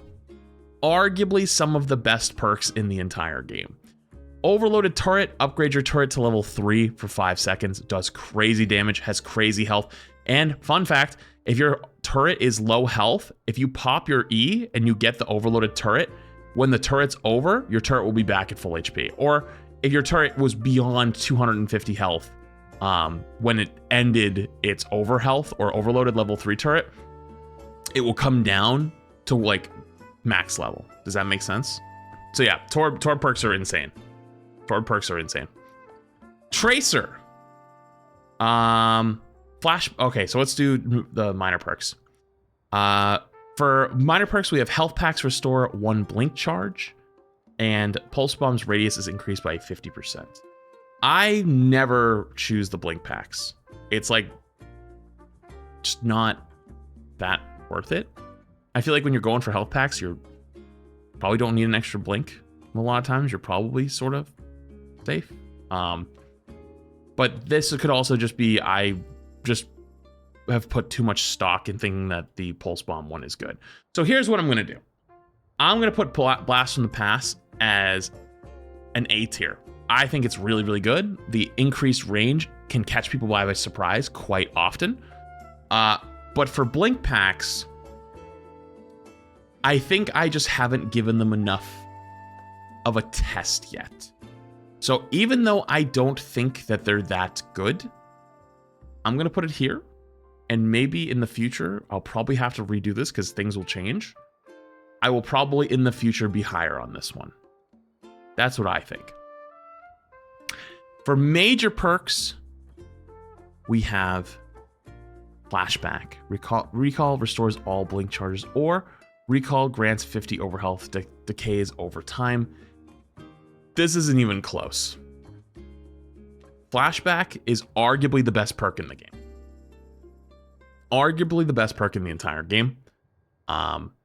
Being able to get all of your blinks back is insane on Tracer. You can do ridiculous things having that many blinks. For regen or the extra overhealth, I have no reason to use it. I'm gonna throw it in C because there's literally no reason to use it. It could be really good. Hell, it could even be like a B. Maybe, you know what, maybe I'll even throw it in B because it sounds good, but there is no reason. Overhealth is good for stalls, but very situational. But you don't pick perks for stalls because, like, if you're picking a character to run back to stall, you probably don't have perks on it. Never mind a level 3 perk, right? It could be great. It could be. But this perk is just so much better. It's so much better. It's hard to say. For Venture, I think Venture's perks are actually pretty damn good. Seismic Sense. While underground, Venture can sense enemies within 25 meters. Or Excavation Exhilaration. While Tectonic Shock is active, cooldowns refresh 300% faster. I think the Excavation one is actually insane. Venture's ult perk is so good. If you've used this perk with Venture's ult, good lord. How fast you get your drill dash back online, how fast you can run in, it's like you drill dash, pop your ult, drill dash, and like start ulting. Like you get so much overshield, you start doing tons of damage. It's actually crazy. Pop underground really quick, pop back out really, really quick. Then you have your drill dash back up, drill dash again, another left click, insane. Seismic Sense, really not that useful. Not really that useful. Not really a reason to use it. I know it should be good useful because, like, you know, wall hacks, like, so useful, but it's only for the Venture. So yeah. Okay. Smart Excavator, or Smart R Excavator. Smart Excavator's range increased by 25%. And covered in dirt. Dealing damage with Clobber grants up to 30 Explorer's Resolve Shield, so that's the melee. I think Smart Excavator, or Smarter Excavator, is actually really, really good. I'd give that a solid A. Increased range to Venture is always good. Even if you're someone who like doesn't hit a lot of impact shots, and you like want the explosion left clicks, like you do more damage with the explosions because you don't have like that good of aim.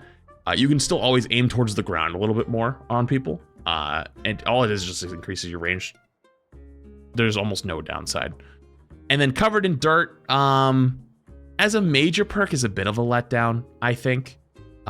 There's never really a time to really, well, that's not true. The melee is good, but it's just not as good as the increased ranged. It could, you know, this one actually, I might be even sleeping on it. This one might even be better than I'm thinking. Just range is so much better. This could probably be one of those ones that in the future I'll change as well. All right, for our last DPS, we have Widowmaker, whose minor perks are Scope Shots cost 3 ammo instead of 5, and Scope Shots reduce Grappling Hook's cooldown. Wait, no, that's a major perk, sorry. And the other one is Scope Shots charge 50% faster during Infrared Sight. Can I be honest with you? I think both of these suck. Like, not suck to the point of like, ew, they're useless, but like, what they like, okay, they're like, all right, you know, shooting or needing to reload less is always great. Being able to lock on slightly faster during ult is cool. Charge up is clutch though. Yeah, you're not wrong. The charge up can be clutch, but it's so, you don't have it all the time already. It's like it's those windows are going to be so much smaller, those windows of opportunity. That it's like you could argue that just not having to reload as much mid-fight is just as valuable as being able to charge up faster for those 15 seconds. But like, look at some of the other perks on this list. Increased range, other abilities added, being able to do jumps, turrets on walls, level 3 turrets, extra health out of health packs, mini defense matrices, you know what I mean? So it's like, okay, that's all right. And then for the major perks, you have Venom Mine gains 50% increased damage and a second charge, enabling 2 active mines at once. This is easy F tier. Cool, I have another Venom Mine. Next. And then the other one, which is actually sort of useful, Scope Shots reduced Grappling Hook's cooldown by up to 4 seconds. That's actually useful. That's actually a good perk for Widow. Making so that if you hit more shots, you get more mobility. That's actually pretty nice. There's almost no reason to ever not pick Escape Plan. The Venom one is kind of useless, so. All right, finally, moving on to support. Wait, I'm looking at the time right now, and it says 4:39. Wait, how long have I been at this? Has it already been almost 2 hours? Has it been an hour and 40 minutes? I told you it was going to be a very long one. All right, first up, we have Ana. Before I do the supports, I feel like support won the perk war the most. The perks that supports got, on average, I think are more impactful than any other role, and it's not close. Not saying that's a bad thing. I'm just saying, like, an observation. So for Ana's 2 minor perks, we have Groggy, which enemies wake up from sleep dart are slowed for 2 seconds, or Biotic Bounce. After exploding, Biotic Grenade bounces and explodes again for 50 damage and healing. I might be going out on a limb here, and I might have lost me marbles. I think these are both S tier perks, and I'm going to explain to you why I think they're both S tier. The reason why I think they're both S tier is Biotic Bounce gives Ana the ability to do multiple things. One, you can win 1v1s by yourself consistently now. Especially if you catch someone near a wall, you sleep them, you shoot them, melee, throw the grenade at the ground, the grenade hits them, bounces off the wall, double hits, left click again, or on the way up, dead, or melee, dead. It's enough for the combo. But Groggy is slept on. Groggy is so good versus characters like Ball. Ball actually gets shut down hard if you have a good Ana now. Because not only do you sleep them on the slam, but it takes them a few seconds just to get out of there, right? Get it slept on? Yeah, that was on purpose. Yeah, totally. And a lot of the other tanks as well. So like your Hazards, hell, your Winstons, you know. Groggy is more situational. You're right. But when it is useful, it is more useful than Bounce. A lot of people are turning their brain off and choosing Biotic Bounce because of how cool it is. And because of that, they have not realized how good Groggy is. Like, people want the double nade so badly that they don't use the Groggy because of how cool it is. But Groggy is so strong that, like, if you are trying to win a game and you play against certain characters on certain maps, like dive maps especially, or dive characters especially, you will destroy them. You will destroy them. Like Doom even, you know? Like Doom, if they have a Doom, you basically force them into taking Power Matrix. You force them into taking that ability to have a chance to play the game. So maybe a little crazy, but I think they're top tier. And I'm gonna go one step further. The two biotic perks or major perks are Headhunter, Biotic Rifle can crit enemies, and Shrike. Using Nano Boost also casts it on.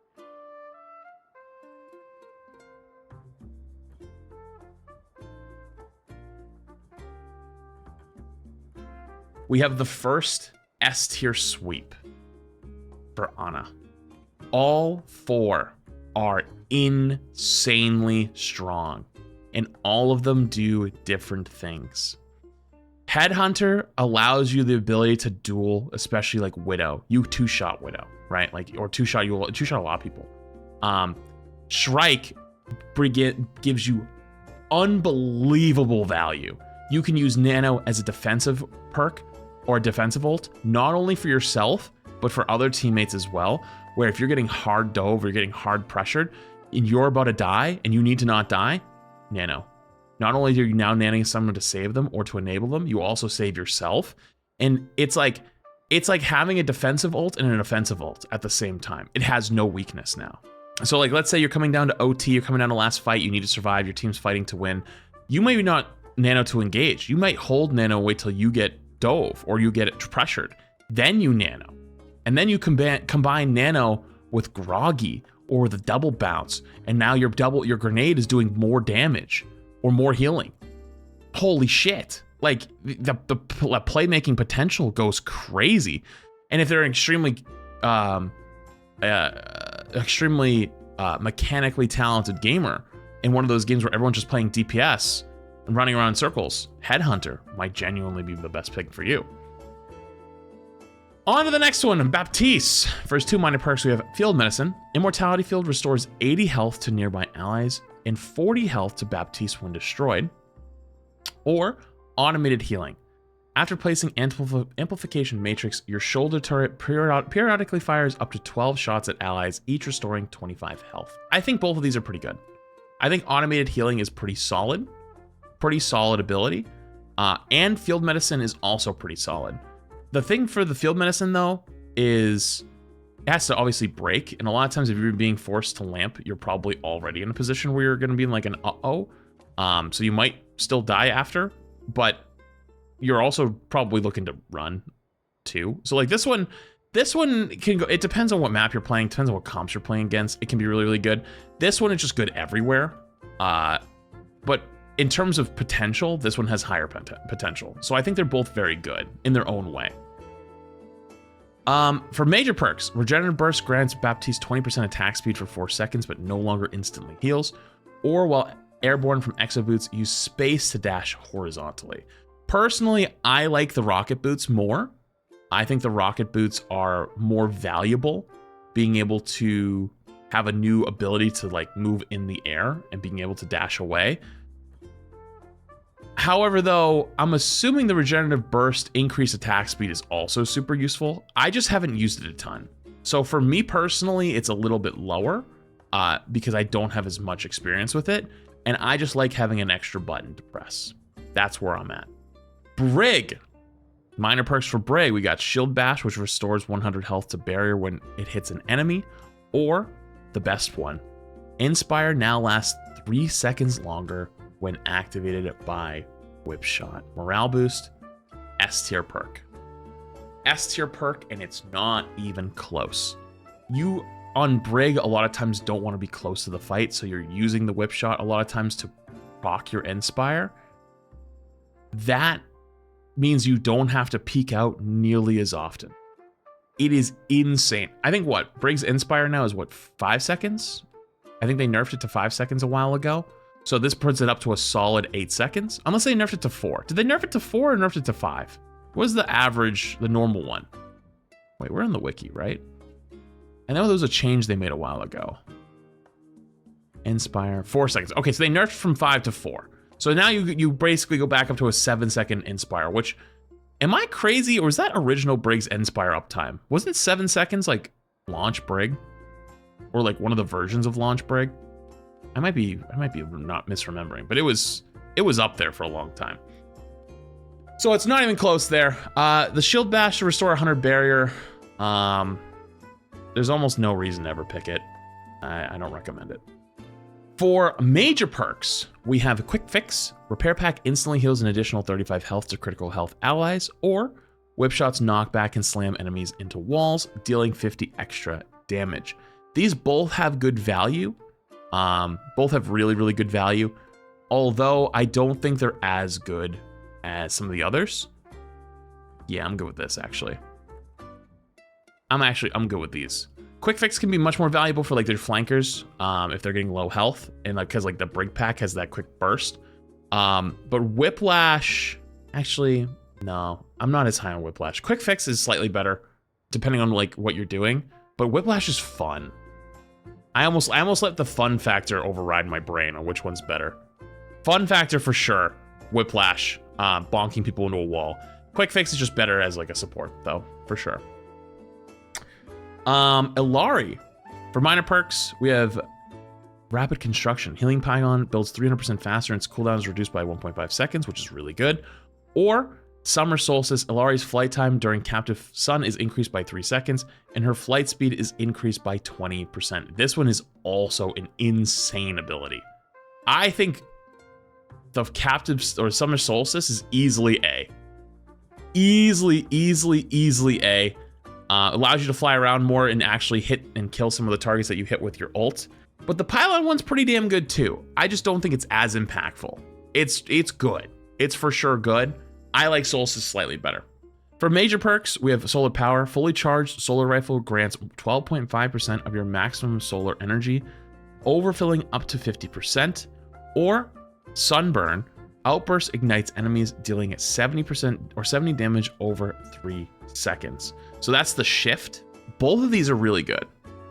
I personally think Outburst. Oh, Sunburn. Okay, it's Sunburn. I think Sunburn's insane. I think Sunburn is insane. Solar Power is also really good because you get that extra healing, but I like Sunburn slightly more, just because it helps you deal with those flankers that are on you. And that's kind of how Illari dies a lot of times, because the way you play Illari is by like off-angling, typically with another DPS. And when they run up on you, that's like when you're going to be in trouble. So if you hit your shift, you do additional damage, burning them. It makes you a little bit more survivable in its own way. But they're both really, really good. Juno. For minor perks, we have Familiar Vitals. Pulsar Torpedoes lock on allies 35% faster. Or Hyper Boost. While using Glide Boost, Pass Through Hyper Ring pushes you forward. I think that one's slightly better. I think that the Hyper Boost is definitely better. Just not like insane. It's not like a crazy ability because it's only for Juno. But it can be nice when you're getting run down by enemies. It helps you escape better.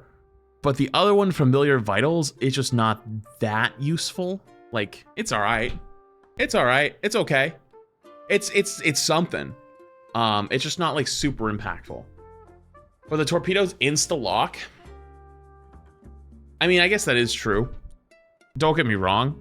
I just don't think either of these are that insane compared to like the other supports. They're okay. Like Juno's Juno's perks in general feel less impactful to me.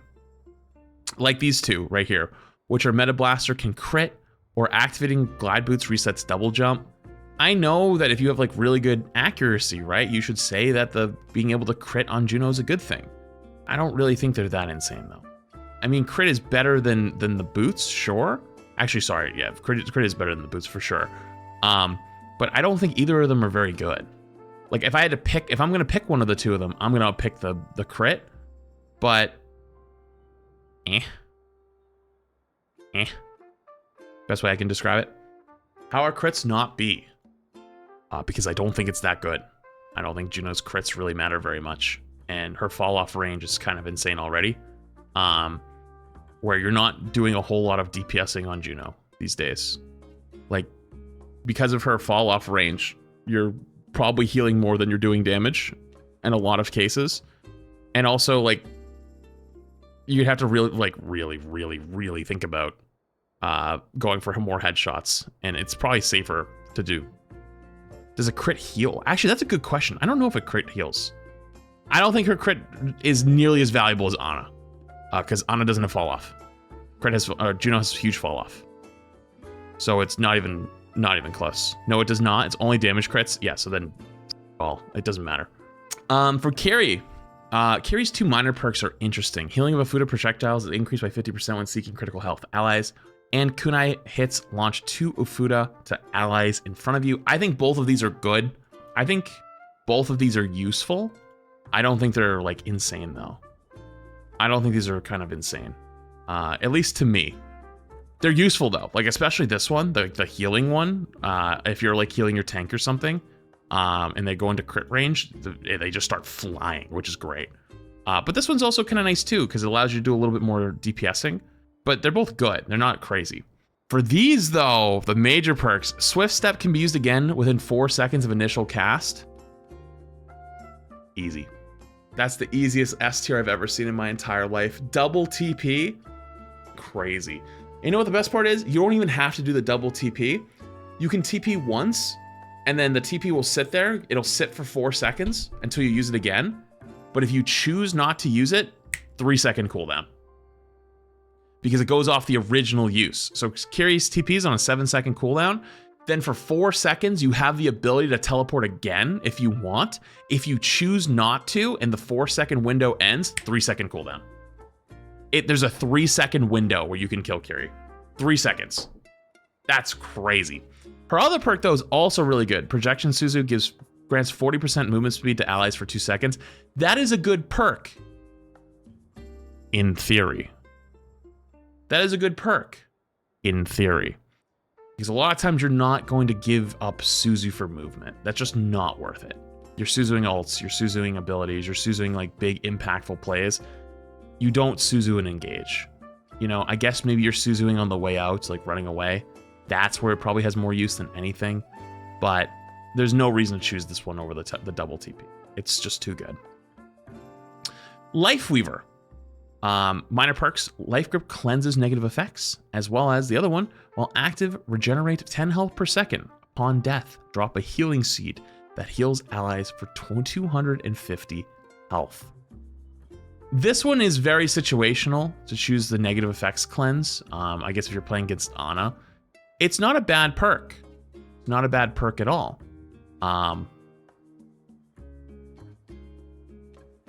But it's very situational. Very situational. So you're not going to get value at it a lot of times. The better perk actually is this one. While alive, you regenerate 10 health per second. It just gives you a straight up healing buff, which is nice. So you stay alive a little bit better. So for this one, I got to give it a B. Just consistent, more value over time. And then for the major perks, we have Rejuvenating Dash, adds 20 healing to your next Healing Blossom within 3 seconds. And then the other one is Thorns Detonate for 30 damage with enough stick within 1.5 seconds. This might be crazy. I don't think Super Bloom's very good. And I'll tell you why. I think it's not very good because it's hard to tell how many you need to hit. There's no indicator. To give you an example, we all know where this came from, the idea. It's Halo's Needler, right? It's Halo's Needler. But when you were playing Halo, you could tell how many more shots you really needed to hit someone with before they exploded.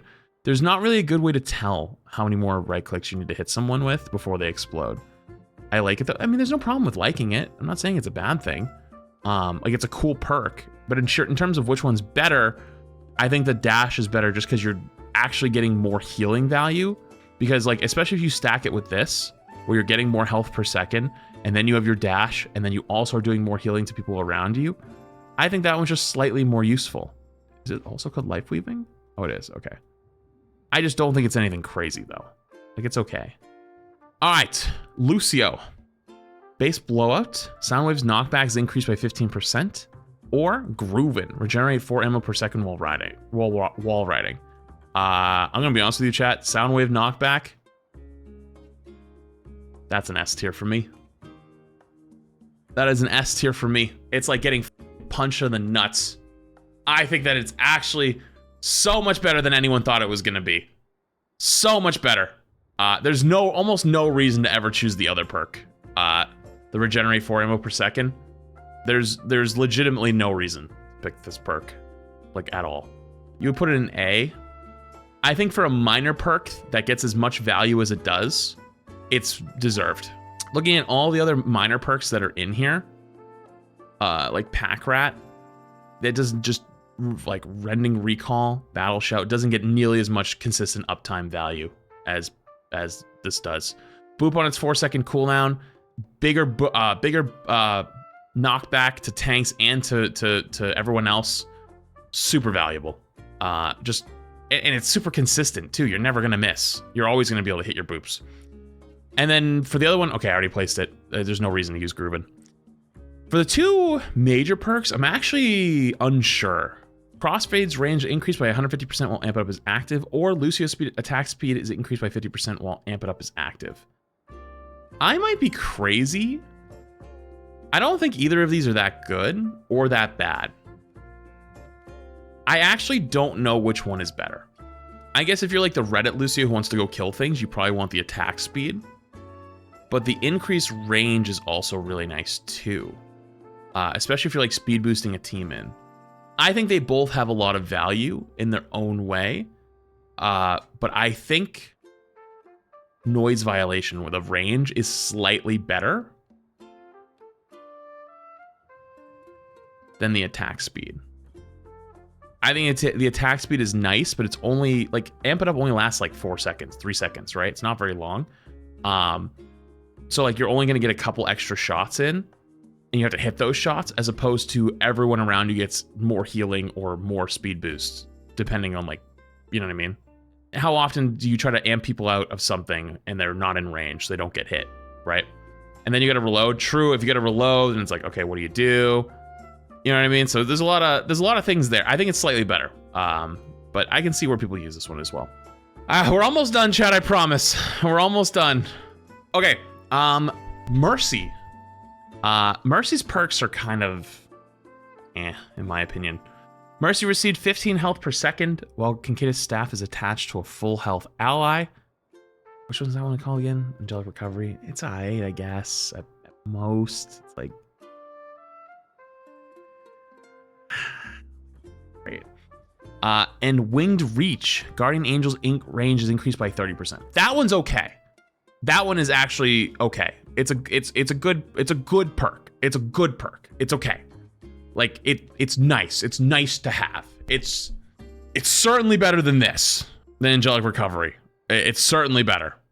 Actually, wait, it's a full health ally? Hold up, wait a minute. I misread this. This actually might be straight up F tier. I didn't realize it was full health only. I thought it was only while he... Oh, that's dog shit. Yeah, that's an easy F actually. The Guardian Angel range is nice. Oof, that's horrid. Okay, and the other two, Secondary Fire links to a second nearby ally. And Resurrect can be used on Kincaid's staff active target to restore 150 health. Doing so incurs a 15-second cooldown. That's actually a nice one. This is actually cool. I like this one. I would give Flash Heal a solid B. It has use. The Secondary Fire one's really not useful though. And the reason why it's not useful is a lot of times when you're playing Mercy, you're typically off-angling with a DPS, looking to do damage. And so there's not really anyone close enough by to link onto. Flash Shield's worse than it seems. Yeah, no, I'm not disagreeing with you that I don't think it's a great perk, but it's much better than the rest of these. And it has use. I have definitely seen people use the burst heal to save people before. And so, like, it's an option to have, and that's nice. Doesn't mean you're going to use it all the time or you're going to use it that often, but it's just more useful than these. So yeah, I'd give that probably like a D. Moira, Vanish. Fade's duration is increased by 0.5 seconds, or Uprush. Fade's jump height is increased by 50%. I think Uprush is definitely better. I think Uprush is a solid B. You're able to go so far with that, but also the duration isn't bad either. I just think that the Uprush is slightly better from what I've at least seen. They're both valuable. Actually, you know what? I'm gonna put it up. I think they both can have value. I think Uprush is slightly better, but yeah.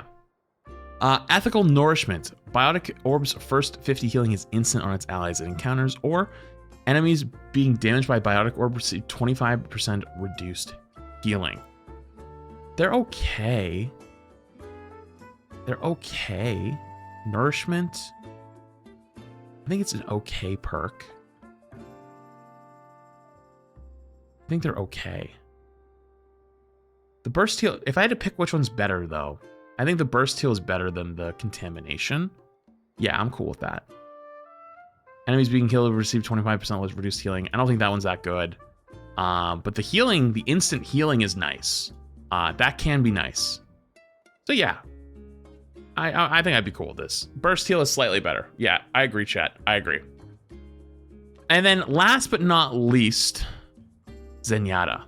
For 2 minor perks, we have Snap Kicks, knockback distances increased by 30%, or activate and hold double jump to hover for 3 seconds. I'm gonna be honest with you. Chat, that shit is hilarious. I don't care how good it is, it's hilarious. I don't care. I don't care if you think it's good. I don't care if you think it's bad. It is so funny that I'm giving it S tier. Don't care. Legitimately don't care. Snap Kick, though, having the extra knockback is like, okay. It's like useful in certain situations. But you're not going to get to use it that often per game. So like it has some value, but there's no reason to not take the Ascendance. Just being able to float around. You know what's funny? You know, if you always say like, is Overwatch back? Dude, I've actually started to see Overwatch TikToks appear again, like edits, like highlight edits, and some of the funniest ones are like the Zenyatta like floating behind people then killing people. They're so funny. And then for the major perks for Zenyatta, we have Focused Destruction. Secondary fire charges 20% faster and can store 1 extra Orb of Destruction. Or Zenyatta's heals Orb of Harmony targets for 20% of his damage dealt to Orb of Discord targets. Zenyatta's heal Orb of Harmony targets for 20% of his damage dealt to Orb of Discord targets. Does this count for everyone shooting the Orb of Discord targets or only Zen? So if I put a Discord Orb on a tank and my whole team shoots the tank, only Zen? Okay. I think they both have value. I personally like this one better. The extra orb. The extra orb I think is better. Game in and game out. So I would probably give this one a solid A for the ability to have that extra oomph, extra punching power of 20% faster charge and the extra orb. But like the other one's not, I'm gonna be honest with you, I don't think it's that great. I could see its value, but I think because it's only Zen doing it, there's not a reason to pick it. So I would probably just go with the right click on Zen and just go right click build, float around, delete people with right click. Yeah, I think that's the play.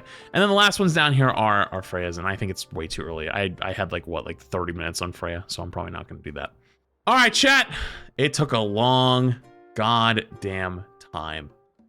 I think that's our tier list. Now, if you've skipped to this part at the end of the video, go back and watch it. I know it's probably like 2 hours, bro. I get it. But at least go back if you're pissed about some one section like, oh my god, why is extended mag in B and not in A? Then go back and go look and see what the talking point was. Because it's going to be a long video and you're going to have to talk about all of it, the goods and the bads. And hell, on a lot of these, I was trying to say that, hey, I think might be better in the future. This is where I'm at now. I'm probably going to have to redo it because there's 162, I think, new perks. It's going to be a lot of thinking, a lot of stuff to look through. So I know you skipped to the end. Go back and watch it.